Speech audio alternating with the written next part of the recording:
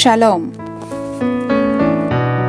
రోమీయులకు రాసిన పత్రిక 5వ అధ్యాయము 11వ వచనము. మన ప్రభువైన యేసుక్రీస్తు ద్వారా మనము దేవుని యందు అతిశయపడుచున్నాము. ఆయన ద్వారానే మనము ఇప్పుడు సమాధాన స్థితి పొంది ఉన్నాము. Not only is this so, but we also boast in God through our Lord Jesus Christ, through whom we have now received reconciliation. యేసుక్రీస్తు లోకానికి ఎత్తించి సిలువలో గావించిన ఆ మహోన్నత త్యాగపూరిత యాగం ద్వారానే మానవాళికి పాప విముక్తి కలిగింది. లేకపోతే దేవునితో కోల్పోయిన సమాధాన స్థితి మానవాళికి లభించేది కాదు. We have received reconciliation.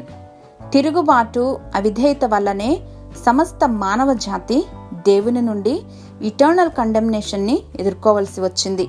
కానీ దేవుని యొక్క కృపా సమృద్ధిని బట్టి క్రీస్తు ద్వారా తండ్రి వద్ద మనం కోల్పోయిన పూర్వస్థితిని పొందుకున్నాం.